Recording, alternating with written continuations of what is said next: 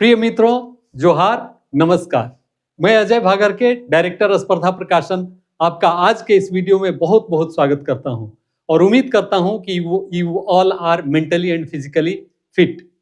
आप पूरी तरह से अपनी तैयारी में लगे हुए होंगे और चाहेंगे कि आने वाले जो भी एग्जाम हैं उसको आप क्लियर करते चलें।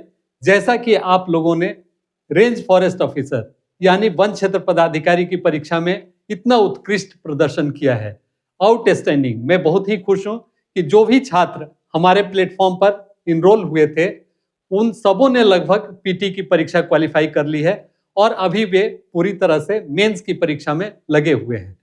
मैं आज के इस वीडियो में चाहूंगा कि हमारे वैसे छात्र जो YouTube से भी जुड़े हुए हैं वो भी इसके माध्यम से अपनी आगे की रणनीति तय करें और इस एग्जाम को वन क्षेत्र पदाधिकारी की परीक्षा जो 22 जनवरी से प्रोबेबल है होने वाली है उसके लिए पूरी तरह से अपने को तैयार कर लें। तो मित्रों, सबसे बड़ी बात है कि अब आपके पास वक्त बिल्कुल नहीं है। जिसका आप इंतजार वर्षों से कर रहे थे वह लगभग आ चुका है और उसमें भी अब इसमें डाउट वाली बात नहीं है कि आप पीटी क्वालिफाई कर रहे हैं अथवा नहीं। आप ऑलरेडी पीटी के अंदर हैं और थोड़े से छात्रों के बीच में हैं, इसलिए थोड़े से ज्यादा दम से आपको दौड़ लेने की जरूरत है। तो निश्चित रूप से आप फतह कर लेंगे इस मुकाम को। और मैं जैसा कि बार बार बोलता हूं कि यह मौका बिल्कुल ही अप्रत्याशित कहिए या बिल्कुल ही जीवन में एक बार मिलने वाला मौका है, क्योंकि इसके पूर्व में 30, 33, 34 साल पहले रेंज फॉरेस्ट ऑफिसर की परीक्षा हुई थी, जिसके बाद यह झारखंड बनने के बाद पहली बार आयोजित हो रही है और वह भी कुल 170 पदों के लिए। आप समझ सकते हैं कि कितना गोल्डन अपॉर्चुनिटी आपके पास है। और मैं बार बार आपको कहता हूं कि फॉरेस्ट रेंज ऑफिसर बैकबोन होता है वन विभाग का और उसी के थ्रू जितने भी क्रियाकलाप फॉरेस्ट में संपादित होते हैं वो कराए जाते हैं। तो इस प्रकार एक वन क्षेत्र पदाधिकारी को पेड़ पौधे, जीव जंतु और जीव जंगलों के बीच निवास करने वाले लोगों की सेवा करने का भरपूर अवसर मिलता है। और कोई भी व्यक्ति, एक तरह से मैं ये कहूं कि ये पेड सोशल सर्वेंट होते हैं, तो आपको ऐसे एक नोबल जॉब, नोबल प्रोफेशन में काम करने का मौका सामने में है। इसको आपको निश्चित रूप से भुनाना चाहिए और जितनी भी दम, जितना भी ताकत आपके अंदर में हो उस स्पीड से आपको दौड़कर इस मुकाम को हासिल करना चाहिए। तो अभी क्या आपकी स्ट्रेटेजी होनी चाहिए, किस प्रकार से आपको प्रोसीड करना चाहिए, मुझे लगा कि एक जनरल वीडियो आपको दूं, तो उसी उद्देश्य से मैंने इस वीडियो को बनाया है। और आप देखेंगे कि आने वाला कुछ वक्त आपके लिए कितना उपयोगी होने जा रहा है। तो सबसे पहले आप ये देख पा रहे हैं कि congratulations to all successful candidates JPSC range forest officer prelims qualified. मेरी बहुत बहुत शुभकामनाएं है पूरे स्पर्धा की टीम की ओर से। आप सबों को मैं पुनः एक बार बधाई देना चाहूंगा, पुनः आपको एक कांग्रेचुलेट करना चाहूंगा। तो आप इस मौके को अवेल करें और इसका फायदा उठाएं। तो आइए बढ़ते हैं सिस्टमेटिक वे में, मैं आपको कुछ बता सकूं इसलिए मैंने कुछ स्लाइड्स तैयार किए हैं जो कि आपके लिए काफी उपयोगी होने वाले हैं। आप ये देखें कि क्या हमें करना चाहिए इस एग्जाम को लेकर, कैसी हमारी स्ट्रेटेजी होनी चाहिए, क्या इसका स्वरूप है, इसके बारे में अगर थोड़ा सा आप वक्त देते हैं, हार्डली हाफ एन आवर, तो उससे आपको सारी चीजें क्लियर हो जाएंगी। तो ये देखें, इंपॉर्टेंट टिप्स एंड स्ट्रेटेजी, इसके बारे में मैं आपसे क्या कहना चाह रहा हूं वो आप देखें कि warm congratulations about our batch mentor and prelims session is a mentor of immense pride. A large number of students from our ongoing batch have successfully qualified the JPSC RFO prelims examination. Welcome to the JPSC Mains Ultimate Course Combo. इस नाम से आपको पता है कि स्पर्धा learning platform पर अपना एक कोर्स चल रहा है, JPSC RFO mains ultimate course. इसमें कॉम्बो और भी कुछ कुछ कोर्स हैं जो ऑप्शनल के लिए अलग हैं और सारे को मिक्स करके जो कोर्स का नाम है वह कॉम्बो कोर्स है। Most result oriented syllabus integrated mains preparation program है यह कॉम्बो वाला, जिसमें कि आपका पेपर 1, पेपर 2 जो कंपलसरी है और ऑप्शनल पेपर जो ईवीएस का है सबसे प्रेफर्ड सब्जेक्ट टॉपिक है, क्योंकि काफी डिफाइंड और कंसाइज सिलेबस है और इसमें आपके प्री नॉलेज भी पहले से हैं। तो इसीलिए हम लोगों ने ईवीएस के माध्यम से आपको गाइड करने का डिसीजन लिया था, जो काफी अच्छा रहा। Led and designed by Ajay Kumar, myself. हम लोगों ने इसे एक शेप दिया कि आखिर क्या क्या इसमें पढ़ना चाहिए। AIR-1 मुझे बताते हुए हर्ष हो रहा है, खुशी हो रही है कि मैं बीपीएससी का रैंक 1 होल्डर था 1991 में जो कोर्स लॉन्च हुआ था, और 30 years administrative and field experience है स्पर्धा प्रकाशन में काम करने के साथ साथ जो फॉरेस्ट डिपार्टमेंट में मैंने सर्विस की उसका। साथ ही साथ ऋत्विक मेहता सर जो IAS हैं, और फॉर्चुनेटली उन्हें हम बधाई देना चाहेंगे कि उनको झारखंड कैडर मिला, और आज वो कुछ समय के बाद से अप्रैल से वो झारखंड में पदस्थापित हो जाएंगे। तो उनके द्वारा भी ईवीएस का पूरा स्ट्रक्चर तैयार किया गया कि इसमें क्या क्या चीज पढ़ा जाना चाहिए और कैसे कैसे उसका स्ट्रक्चर होना चाहिए, क्या क्या सिलेबस कितने क्लास में कवर होना चाहिए, उस पर क्या रीडिंग मटेरियल होना चाहिए, साथ ही साथ आंसर राइटिंग किस प्रकार करना चाहिए। तो वो है। Special congratulation to Ritvik sir for getting allotted to Jharkhand cadre as IAS। वो उनके आने के बाद से और हमें बल मिलेगा कि हम लोग इसको और अच्छे ढंग से बच्चों को गाइड कर सकें। और जैसा कि आपको मालूम ही है कि ऋत्विक सर हमारे बड़े बेटे हैं, और इनके हमारे जो छोटे बेटे हैं वह वेदांत जो इंडियन आर्मी में कैप्टन हैं। तो ऑब्वियसली अब हम लोग मिलकर और भी बेटर काम करेंगे झारखंड के लिए, यहाँ के बच्चों के लिए, और एकेडमिकली इस स्टेट का लेवल चाहेंगे कि और ऊंचा उठे, सो दैट कि केवल स्टेट सर्विसेज ही नहीं, इसके साथ साथ अगर यूपीएससी के लिए भी इंटरेस्टेड कैंडिडेट हो तो भी उन्हें भी हम गाइड कर सकें। तो आगे बढ़ते हैं। अब आप देखें mains the defining stage. PT का मार्क्स आपको पता है कि पीटी का मार्क्स मेंस में जुटेगा नहीं। पीटी का मार्क्स आपका केवल क्वालिफाई करने के लिए है। आपको एक एंट्रेंस टिकट मिल गया है एग्जामिनेशन हॉल में बैठने के लिए। इसमें आप जो बेटर परफॉर्म करेंगे उनके लिए ही दरवाजा खुलेगा इंटरव्यू के लिए। और उतना ही नहीं, इंटरव्यू का मार्क्स प्लस इस रिटेन का मार्क्स, मेंस का मार्क्स, ये मिलकर आपका मेरिट लिस्ट डिसाइड होगा। और उसमें भी जो मेंस का मार्क्स है उसका वेटेज बहुत अधिक है इंटरव्यू से। तो स्वाभाविक है कि मेंस का पोर्शन जो है वो काफी इंपॉर्टेंट है। इसीलिए हम लोगों ने मेंस का शुरू किया था, जेपीएससी RFO मेंस बैच। तो मेंस द डिफाइनिंग स्टेज, यही सब कुछ है। The journey from prelims to mains is defining stage of this examination. Mains demands not just knowledge but discipline, presentation skill and deep conceptual clarity. Move forward with confidence and let your preparation reflect your purpose. Examiner को ये सारी चीजें चाहिए। जो आपकी copy evaluate करेंगे वो देखना चाहेंगे कि ये सारे चीज आप में मिल पा रहे हैं कि नहीं।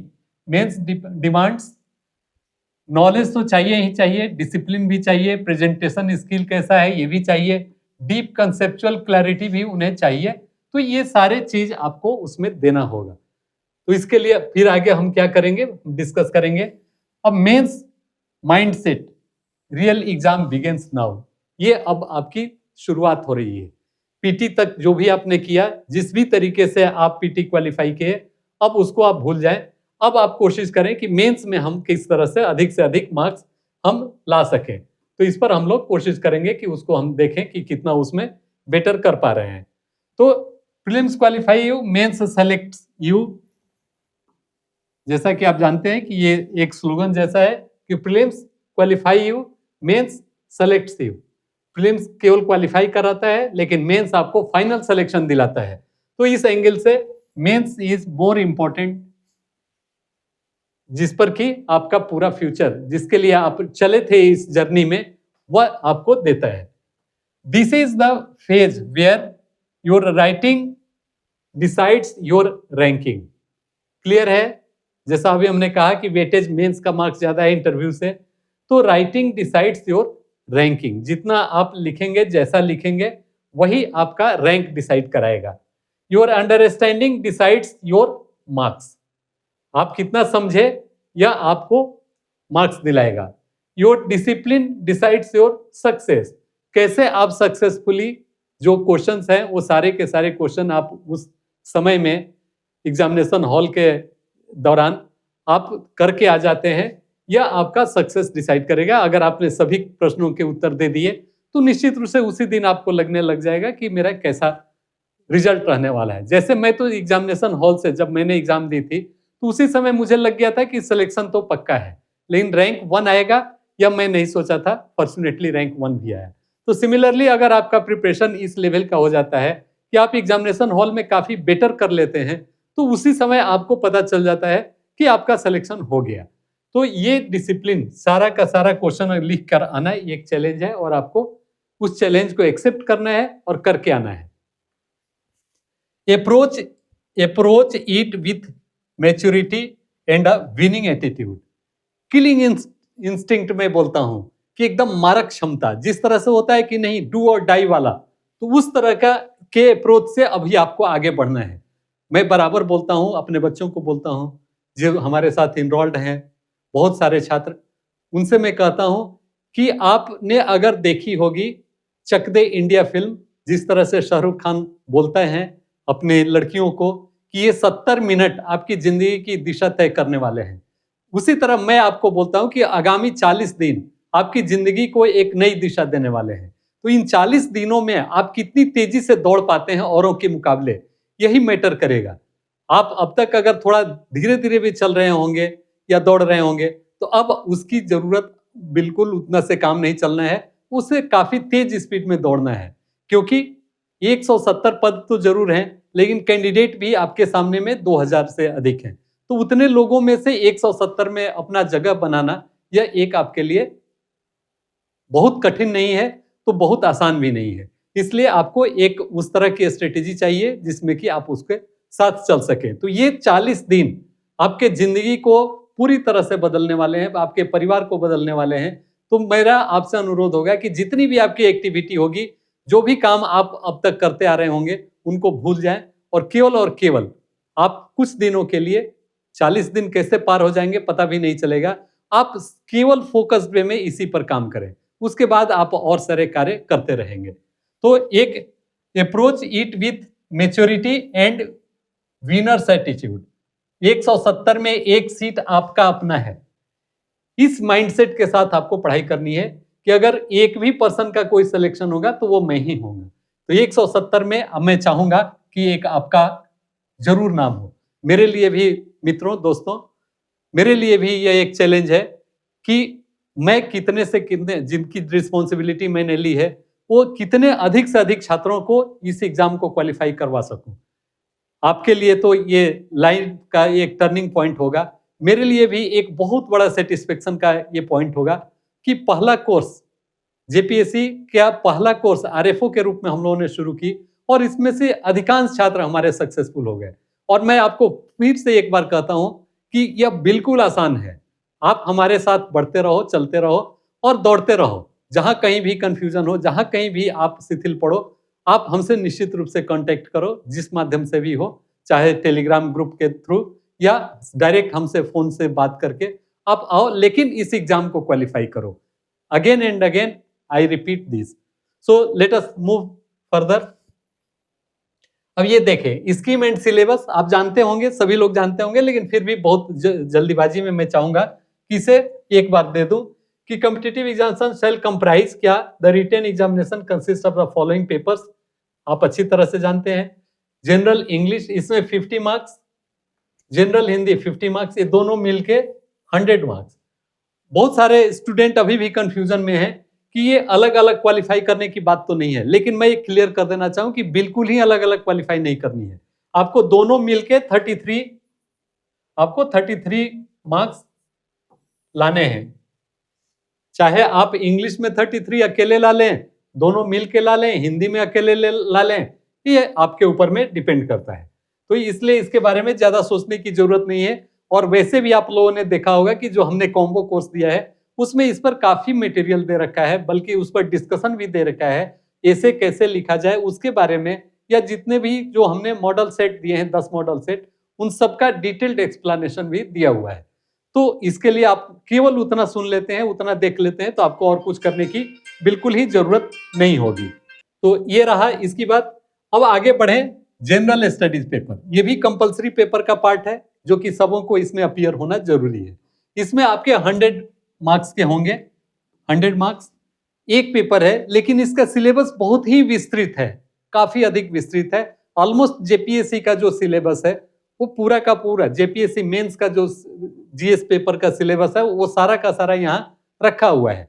तो इसमें स्वाभाविक है कि जो छात्र जेपीएससी एग्जाम में मेंस लिख चुके होंगे उन्हें इसका एडवांटेज इस स्टेज में मिल सकता है, उनको इसके लिए ज्यादा पढ़ने की जरूरत नहीं है। लेकिन इसके लिए हम लोगों ने भी सेक्शन वाइज कुछ क्वेश्चन, सेलेक्टेड क्वेश्चंस दे रखे हैं, अगर उनका भी आप अच्छे से स्टडी कर लेते हैं तो इसमें आपको सुविधा हो जाएगी और उससे आपका कुछ पोर्शन तक कॉन्फिडेंस भी बढ़ेगा और साथ ही साथ अगर उनमें से कुछ क्वेश्चंस आ जाते हैं तो वेल एंड गुड, आपके लिए एक एडेड एडवांटेज होगा। लेकिन मैं चाहूंगा कि इस पर आप अपना टाइम ज्यादा नहीं लगाएं, क्योंकि इसका एक तो डिफाइंड कोई सिलेबस नहीं है और बहुत अधिक इसका एक्सटेंडेड सिलेबस है। मार्क्स भी इसमें केवल 100 है, इसलिए इस पर अगर आप टाइम देंगे तो शायद जो ऑप्शनल पेपर है उसमें टाइम का शॉर्टेज पड़ जाए। तो इसको आप जस्ट मैनेज कर लेंगे और उसके बाद ऑप्शनल पेपर जो कि डिसाइडिंग है वह आता है। और आपने देखा होगा कि ऑप्शनल में हम लोगों ने ईवीएस, इसमें ऑप्शनल में हम लोगों ने ईवीएस पेपर, इन्वायरमेंटल साइंस, ये पेपर हम लोगों ने आपको गाइड कराया है या इवन करा रहे हैं।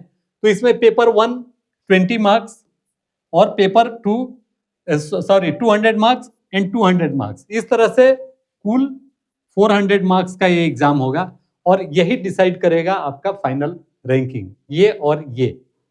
इससे आपका इंटरव्यू कॉल होगा, ये दोनों से आप देख पा रहे हैं कि ये 100 नंबर, ये 400 नंबर, ऑब्वियसली इसका वेटेज बहुत अधिक है, तो इस पर आपको मेहनत भी ज्यादा करने की जरूरत है। इसमें भी बहुत कम, इसमें 5 टॉपिक शायद इसमें है और 4 टॉपिक इसमें है। तो इस तरह से केवल 9 चैप्टर्स में ये डिवाइड है, पूरा 9 चैप्टर्स, 9 चैप्टर्स में डिवाइड है। इन 9 चैप्टर्स को अगर आप कंट्रोल में ला लेते हैं तो डेफिनेटली आपका चांसेस बढ़ जाएगा। और इस एग्जाम में वैसे छात्र जिन्होंने ईवीएस ऑप्ट किया होगा, डेफिनेटली उनके पास एक एज है, उनके पास आसान है इस एग्जाम को क्रैक करना। आगे बढ़ते हैं। इसके बाद का जो फाइनल सिलेक्शन जिससे होना है वह part B, that is interview. अब इंटरव्यू में 50 नंबर हैं, तो इस प्रकार 400 प्लस 100 प्लस 50, 550 मार्क्स पर आपका मेरिट डिसाइड होने वाला है। और स्वाभाविक है कि अगर आपके नॉलेज अच्छे खासे उधर के हैं तो इंटरव्यू में भी वो अपना रोल प्ले करेंगे और आप एवरेज या एबव एवरेज स्कोर करने में कैपेबल हो जाएंगे। तो ये इसका प्लान है टोटल 550 मार्क्स का। और उसके बाद से आप देख रहे हैं a downloadable PDF link of the detailed syllabus and new course brochure for JPSC RFO mains is available in description and comment box. ये एक आपकी सुविधा के लिए एडिशनल हम लोगों ने काम कर रखा है जो कि आपको अवेलेबल हो जाएगा। Each module is systematically covered in our ultimate combo course with answer writing integration. ये दोनों ही छात्रों के लिए मैं कहना चाहूंगा, चाहे हमारे यूट्यूब चैनल को देख रहे हो या हमारे स्पर्धा लर्निंग प्लेटफॉर्म ऐप के जो छात्र जुड़े हुए हैं वो देख रहे हो, उनके लिए आप फील कर रहे होंगे जो छात्र इससे जुड़े हुए हो कि उनको ये सारे चीज एक ही जगह में मिल गया और उन्हें मटेरियल के लिए कहीं और डिपेंडेंट नहीं होना पड़ा या कहीं और भटकने की जरूरत न पड़ी। तो ये एक सबसे बड़ा एडवांटेज इस कोर्स का है कि एक ही जगह में अगर एक ही चीज हम पर आप भरोसा करके पढ़ते हैं तो यहीं से आपका ऑलमोस्ट सारा पार्ट पूरा हो जाता है। अब स्ट्रेटेजी क्या होना चाहिए? Strategy suggested by our mentors. पहला, time management is your greatest weapon. अभी हमने कहा कि 40 दिन ये बहुत इंपॉर्टेंट है और ये 40 दिन को अगर आप फॉलो कर लेते हैं तो सब कुछ आप हासिल कर लेंगे जिसके बारे में आप चाहते हैं। तो मैं पहले भी छात्रों को अपने बताते रहा हूं कि कैसे आप इसको पढ़ें। अगर आप हमारा कोर्स ज्वाइन करते हैं तो क्या आपका पढ़ने का तौर तरीका होना चाहिए। तो सबसे पहले जो ऋत्विक सर ने जितने भी क्लासेस दिए हैं इस पर रिलेटेड, उन्होंने काफी अच्छे से उसमें कमेंट देते हुए क्लास लिया है। तो वो एक लेक्चर आप सबसे पहले सुन लें, फिर उसके बाद से जो हमारा पीडीएफ नोट्स उसके लिए है उसको आप पढ़ लें। उसके बाद जो क्वेश्चन आंसर उससे बन सकते हैं उसके बारे में आप देखें जो ऑलरेडी दिया हुआ है या उस पर डिस्कशन किया हुआ है। तो इस प्रकार आपको कहीं से भी कुछ और करने की जरूरत नहीं है और लेक्चर वगैरह भी आप आसानी से अभी जो टाइम बच रहे हैं आसानी से पूरा कर सकते हैं। हमारे वैसे छात्र जो इनरोल्ड हैं लेकिन किसी कारण से अब तक नहीं पढ़ पाए हैं उन्हें भी मैं आगाह करना चाहता हूं कि अभी भी कोई टाइम बिगड़ा नहीं है, अभी भी वक्त गुजर नहीं गया है। आज से भी अगर आप हो जाते हैं सक्रिय तो निश्चित रूप से एग्जामिनेशन के दिन तक आप अपने को पूरी तरह से मुस्तैद पाएंगे, नॉलेज वाइज, कॉन्फिडेंस वाइज। तो लग जाएं, लेकिन लगना जरूरी है। सब काम सब कुछ छोड़ छाड़ के भूल जाएं। अरिंदम चौधरी कहते हैं कि अगर आप सोचते हो कि ऐसा कर सकते हो तो बिल्कुल सही सोचते हो, बस जरूरत है एक जुनून के साथ सोचने की। और जुनून का अर्थ होता है पागलपन की हद। पागलपन की हद की तरह अगर आप सोचते हो, सोते जागते भी आपको यह एग्जाम नजर आता है, इट मीन्स कि you are on the right track. तब आपको आपकी सफलता नजदीक आ जाएगी। तो आगे आप देखें, break syllabus into weekly achievable targets, balance reading, revision and answer writing every day. आपको नोवेल जैसा कभी नहीं पढ़ना चाहिए, मैं बार बार बोलता हूं। निश्चित रूप से आप एक नोटबुक अपने पास रखें, चाहे आप वीडियो लेक्चर सुन रहे हैं या आप पीडीएफ नोट्स पढ़ रहे हैं, आप साथ ही साथ कुछ न कुछ रिटन वर्क आप जरूर करें ताकि आपको लगे कि हाँ इतना पोर्शन आपका क्लियर होते जा रहा है। तो balance reading, revision and answer writing every day, this is must. Point 2, choose question using the crisp rule. अब ये रूल क्या है, ये आप देखें, क्रिस्प रूल बहुत ही कॉमन है और आपको इसको फॉलो करना चाहिए। C means clarity. जो क्वेश्चन का डिमांड है, सबसे पहले आप क्वेश्चन पढ़ें, आप देखें कि ये क्या डिमांड कर रहा है, क्या मांग रहा है। और इसके लिए एक माइंड मैप बनना भी जरूरी है, जो हम लोग बराबर हर क्वेश्चन के शुरू में, बिगिनिंग में वो देते हैं कि ये माइंड मैप इस पर क्या होना चाहिए, ताकि आपको भी इन फ्यूचर जो कोई अगर अननोन क्वेश्चन भी मिल जाता है तो उसके लिए एक माइंड मैप तैयार करने में सुविधा हो। तो उसमें सबसे पहले क्या है, clarity. Clarity understands the topic. आपको ये जरूरी है कि आप समझ सके कि उसका नीड क्या है, डिमांड क्या है, क्या क्वेश्चन पूछ रहा है। ऐसा नहीं कि आपने केवल एक टर्म पकड़ा और उस पर बस शुरू हो गया लिखना। तो स्वाभाविक है कि अगर आप हट के आंसर लिखेंगे जो कि उसका नीड नहीं है तो उसमें ऑब्वियसली कितना भी आप लिख दें उसमें मार्क्स नहीं मिलने जा रहा है। तो टू द पॉइंट, जैसा कि डिमांड है क्वेश्चन का, उसका समझ होना सबसे पहले जरूरी है। उसके बाद आता है recall. You can recall definitions, facts, acts, policies, example. ये आप उससे रिलेटेड जितना है जो आप ऑलरेडी पढ़े होंगे उसको आप रिकॉल कीजिए कि अब जरूरत है भाई, अब आप आ जाओ मेरे सामने ताकि मैं आपका इस्तेमाल कर लूं इस एग्जामिनेशन में। तो रिकॉल। उसका अगला टर्म है I, illustrations. Illustrations, you can draw diagram, flow charts, models. अगर आपके पास टाइम कम है या अगर टाइम पूरा भी है तो भी अगर आप डायग्राम वगैरह बनाएंगे या फ्लो चार्ट बनाएंगे तो काफी कम समय में एग्जामिनर आपके बारे में एक कंसेप्ट बना पाएगा कि आप चीजों को, तथ्यों को आप जानते हैं। तो अकॉर्डिंगली आपको अच्छा मार्क्स दे देगा और आपका टाइम भी बचेगा। जब लास्ट में आपके पास लगे कि टाइम का शॉर्टेज हो रहा है तो आप केवल फ्लो चार्ट वगैरह भी बना देंगे, डायग्राम भी बना देंगे, तो उसमें एग्जामिनर को पता चल जाएगा कि आप जानते हैं, समय के अभाव के कारण शायद आप नहीं लिख पाए हैं, तो उसमें भी वह अच्छा खासा आंसर, मार्क्स आपको दे देगा। फिर S, syllabus link. It strongly matches what you prepared for from syllabus and class notes. ये पहले का मैटर है, सिलेबस से आप उसको आप लिंक करें कि जो मैं पढ़ रहा हूं वो हमारे सिलेबस में है या नहीं। क्योंकि एग्जामिनर कोई भी हो जो क्वेश्चन सेटर होता है उसकी पूरी कोशिश होती है कि आउट ऑफ सिलेबस हम क्वेश्चन ना पूछें। थोड़ा सा ट्विस्ट भले कर सकता है लेकिन सिलेबस से ही रहेगा। तो आपको रिकॉल करने की जरूरत होगी कि सिलेबस के किस पार्ट से ये क्वेश्चन पूछा जा रहा है, क्योंकि आप तो पढ़े होते हैं उसी ढंग से। तो ये इसका काफी इंपॉर्टेंट रोल होता है कि सिलेबस लिंक करें। It strongly matches what you prepared from syllabus and class notes. आगे बढ़ते हैं, पी, प्रेजेंटेशन। ये तो बहुत मायने रखता ही है। You can present the answer with structure and confidence. इसमें मैं बार बार बोलता हूं कि पहला पैराग्राफ इंट्रोडक्शन या कोई सेइंग से आप शुरू करें या किसी डिफिनीशन से अगर है तो डिफिनीशन से शुरू करें, सो दैट कि उसमें गलती होने का चांसेस कम रहे। और लास्ट कंक्लूजन, ये एकदम यूनिक हो या आपका जो बेस्ट पार्ट हो वो हो, क्योंकि कोई भी एग्जामिनर लाइन बाय लाइन एक एक कॉपी को नहीं पढ़ सकता है, पढ़ता भी नहीं है।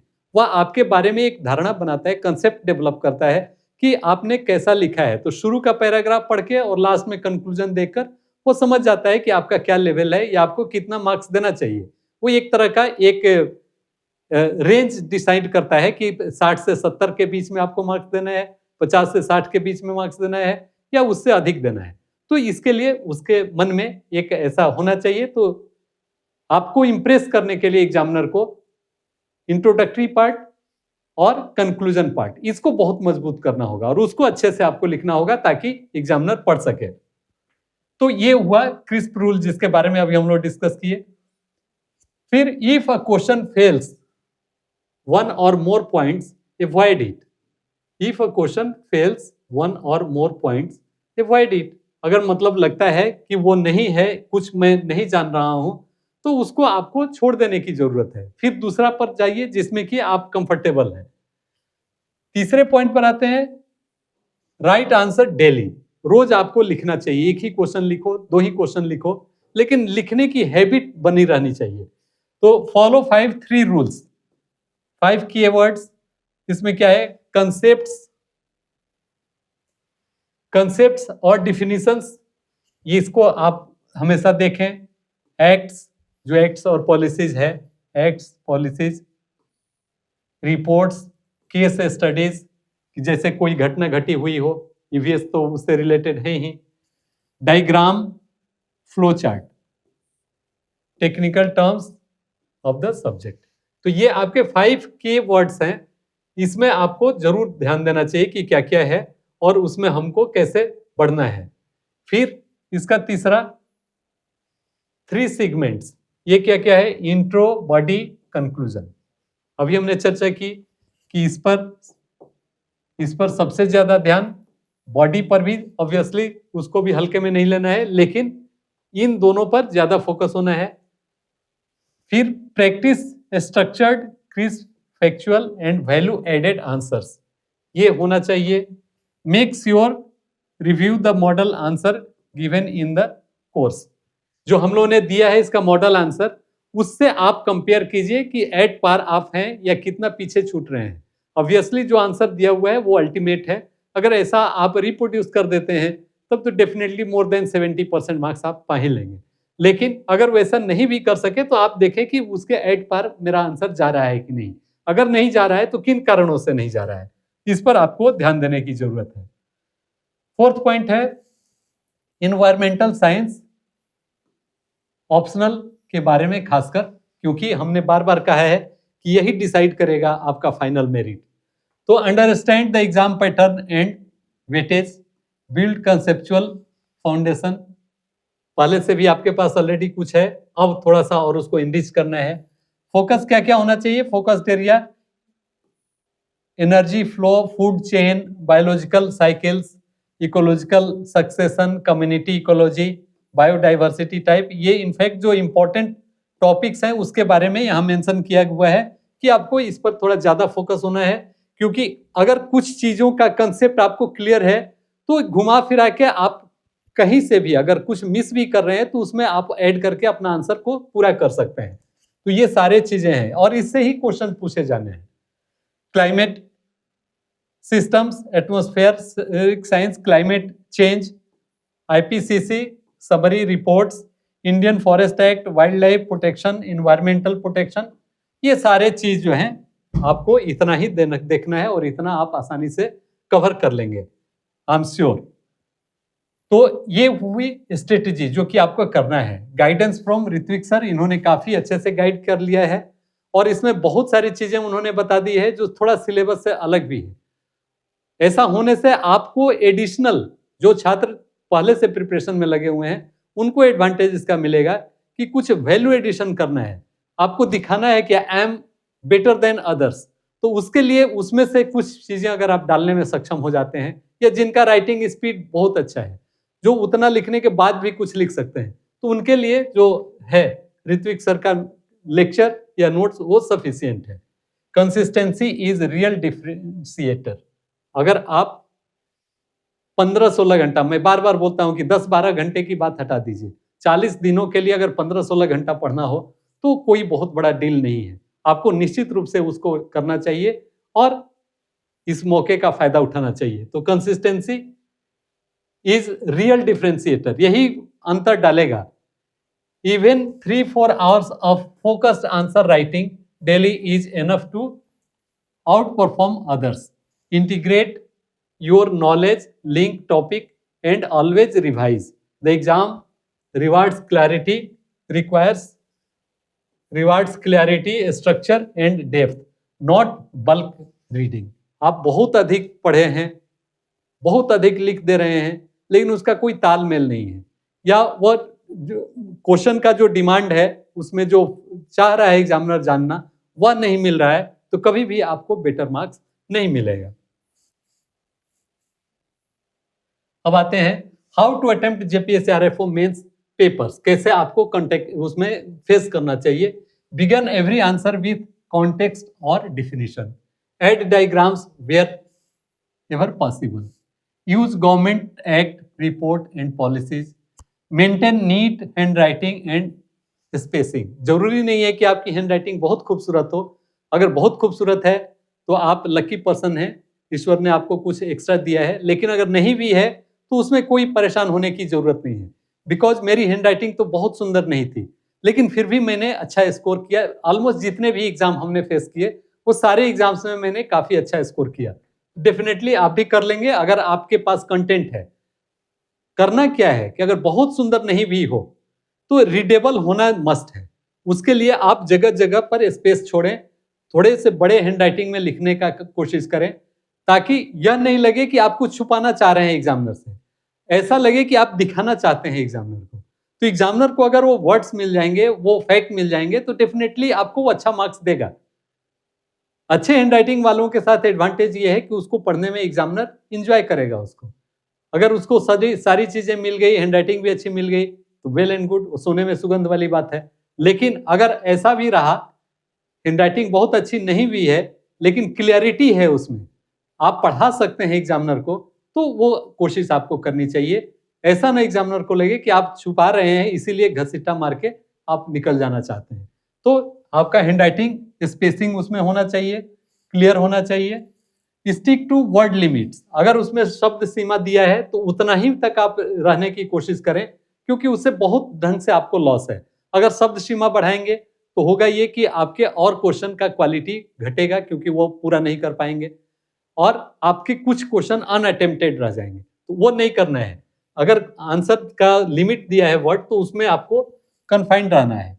यूज हेडिंग्स, सब हेडिंग्स एंड बुलेट फ्लो, ऐसा आप लिखेंगे तो आपको पढ़ाने में सुविधा होगी, पढ़वाने में।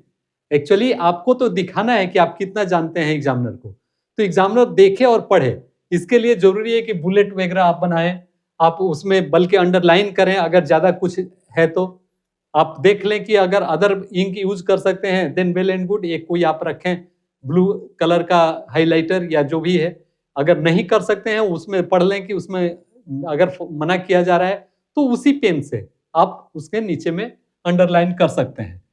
Connect theories with field based understanding, जो एग्जाम्पल्स वगैरह हाल के दिनों के हों उसको आप थ्योरीज के साथ मर्ज कीजिए। कंक्लूड विथ सॉल्यूशंस, और लास्ट में अगर कंक्लूजन में आपके पास अगर अपना कुछ है कि ये कैसा होना चाहिए, तो आप उसके साथ कंक्लूड करें।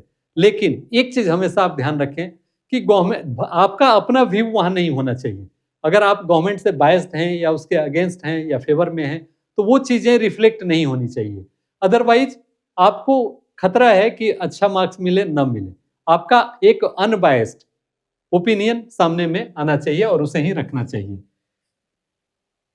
Full mains preparation, we are currently providing the complete examination focused course material for JPSC RFO mains। इसमें क्या क्या है ये आप देख पा रहे होंगे। जो हमारे YouTube वाले YouTube चैनल के स्टूडेंट हैं उनको बता दें कि इसमें 10 इवेल्युएटेड टेस्ट पेपर 1 और पेपर 2 मीन्स हिंदी, इंग्लिश और जीएस का विथ डिस्कशंस है। 6 इवेल्युएटेड टेस्ट इन्वायरमेंटल साइंस के हैं विथ डिस्कशन। 20 to 30 आवर्स का optional subject lecture by Ritwik sir, उनका हैंडआउट्स एंड इनरिचमेंट मटेरियल्स है, guest and experts faculty sessions है, complete study notes and test series. Just ये अभी हाल में हम लोगों ने कि अगर कोई बच्चा नहीं ज्वाइन कर पाया हो तो वो भी अगर चाहे तो उसके लिए एक एडिशनल हम लोगों ने एक लाया है कोर्स मटेरियल का, वो ले सकता है। वैसे कोशिश तो ये होनी चाहिए कि लेक्चर सुने और तब ये नोट्स वगैरह पढ़े, तभी उसका सही मायने में फायदा है। उसके बाद available any time anywhere app and webs, हमारे जितने भी टीममेट्स हैं हर हमेशा अवेलेबल हैं। अगर आपको टेक्निकली कोई दिक्कत हो रही है तो उसको वो सपोर्ट कर रहे हैं, और अगर एक्सपर्ट से चाहे मुझसे या इवन ऋत्विक सर से कभी बात करने की जरूरत हो तो वो लोग भी अवेलेबल हैं, तो उनसे भी आप बात कर सकते हैं। और लास्ट में this course ensures holistic and disciplined preparation for guaranteed success. Obviously अगर आपको मटेरियल के लिए इधर उधर ना भटकना पड़े, आपको सारे चीज बने बनाए फॉर्मेट में इधर एक साथ दे दिए जाएं, तो आपको तो केवल पढ़ने का काम है, और पढ़ने का भी आपको इस मुहाने पर केवल 40 दिनों का मामला है। अगर पढ़ने का काम कर लेना हो तो कोई बहुत बड़ा वो काम है नहीं, तो सब कुछ हम आपको दे रहे हैं। शर्त हमारी यही है कि आप पढ़ें। अगर आप पढ़ लेंगे, जैसा हम बता रहे हैं वैसा कर लेंगे, तो आप सक्सेसफुल हो जाएंगे, दैट इज पक्का। अब कंप्लीट सिलेबस कवरेज सारा कुछ है, डेली आंसर राइटिंग प्रैक्टिस हम प्रेशर बनाए रहते हैं यहाँ पर कि आप लिखें पढ़ें। Model answer for all expected questions वो सारा है। Expert guidance Ajay sir, Ritvik sir. Full length mains test series, interview guidance. अगर आप इतना कर जाते हैं, मेंस अगर क्लियर कर लेते हैं, तो इंटरव्यू गाइडेंस आफ्टर मेंस ये भी हम आपका कराएंगे। तो एक तरह से अगर कोर्स में आप हमारे जुड़ते हैं तो ऑब्वियसली आपको कुछ और करने की जरूरत नहीं है पढ़ने के सिवा। फिर व्हाई ज्वाइन दिस कोर्स, क्यों आपको करना चाहिए? सीधी सी बात है कि स्पर्धा प्रकाशन का पैसा कमाना केवल उद्देश्य नहीं है, इसमें है कि आप छात्रों को कैसे अधिक से अधिक हम फायदा पहुंचा सकें। तो एक सबसे पहला तो रीजन यही है कि आपको उस एंगल से सोचते हुए ज्वाइन करना चाहिए। If you have qualified prelims, real challenge begins now, इसलिए आपको ज्वाइन करना चाहिए कि अब आप कुछ थोड़े से सेलेक्टेड लोगों में से हैं, और जितने भी लोग हैं वो काफी मन से कोशिश कर रहे हैं। अगर आपके साथ हमारा भी दम लग जाए, ताकत लग जाए, तो निश्चित रूप से आपको एक जर्क, एक पुल मिल जाएगा जो आपको औरों से आगे खड़ा कर देगा। तो इसलिए आपको करना चाहिए। स्ट्रक्चर्ड राइटिंग के लिए, एक्सपर्ट मेंटरशिप के लिए, कभी आप कमजोर पड़ रहे हैं, कभी आप निराश हो रहे हैं, तो आप हमसे बात करें, हम आप में फिर से हवा भरेंगे, कोशिश करेंगे कि आपकी निराशा दूर हो और आप फिर से नए जोश के साथ पढ़ने में लगे। तो complete expert mentorship, focused study plan, आपको कैसे पढ़ना है जिसके लिए हमने जैसे दे रखा है एक जनरल हमने जो रूटीन बनाया था आपके लिए, तो वो या अब के लिए एक रूटीन मैं दूंगा जो 40 दिनों के लिए किस प्रकार का होना चाहिए, यह मानते हुए कि आप सभी लोग फुल टाइमर हैं अब पढ़ने के लिए, और इस ढंग से आप अगर पढ़ें तो इसको आराम से क्लियर कर लेंगे। कंसिस्टेंट इवैल्यूएशन, जो छात्र हमारे यहाँ आंसर राइटिंग करके भेजते हैं उनका इवैल्यूएशन करते हैं, उनको प्रॉपर गाइडेंस करते हैं। कंसेप्चुअल क्लैरिटी, अगर कहीं पर आपको दिक्कत हो रही है, हालांकि इसकी जरूरत नहीं पड़ती है, एक बार अगर आप लेक्चर सुन लेते हैं ढंग से, पीडीएफ पढ़ लेते हैं, तो क्लैरिटी न रहने की कोई बात ही नहीं होती है, सारा का सारा चीज आपका क्लियर हो जाता है। और JPSC RFO mains ultimate course combo ensures you do not study randomly. आप इधर उधर से पढ़ के लगता है आपको कि आपने पढ़ लिया, लेकिन एक सॉलिड और सिस्टमेटिक आपको बेस देता है। You study strategically exactly what the exam requires. Join today and secure your place in the final merit list. तो मित्रों, ये रहा एवरीथिंग जो इस एग्जाम के बारे में था। मुझे लगा कि जब रिजल्ट आ गया है, लड़के अब काफी सीरियस हो गए हैं, तो आपसे हमें कुछ बात करनी चाहिए ताकि जो थोड़ा मोड़ा संशय हो वो दूर हो सके। तो वंस अगेन मैं रिक्वेस्ट करूंगा आपसे कि सारे चीजों को भूल जाएं, या भूल जाएं कि कब दिन हो रहा है, कब रात हो जा रही है, इसके बारे में आप भूल जाएं और रात दिन केवल और केवल पढ़ने का काम करें और पढ़ने को एंजॉय करें। यह माने कि यह हमारे फ्यूचर को डिसाइड करने वाला है और साथ ही साथ यह हमें काफ़ी नॉलेज देने वाला है। तो यह सोचकर आप लगें, आप आने वाले कल में इस एग्ज़ाम को क्वालीफाई करके वन विभाग का एक हिस्सा बने और सबों की सेवा करने का आपको मौका मिले। इस शुभकामना के साथ आज के लिए मैं आपसे विदा लेना चाहूँगा। तब तक के लिए धन्यवाद। जोहार।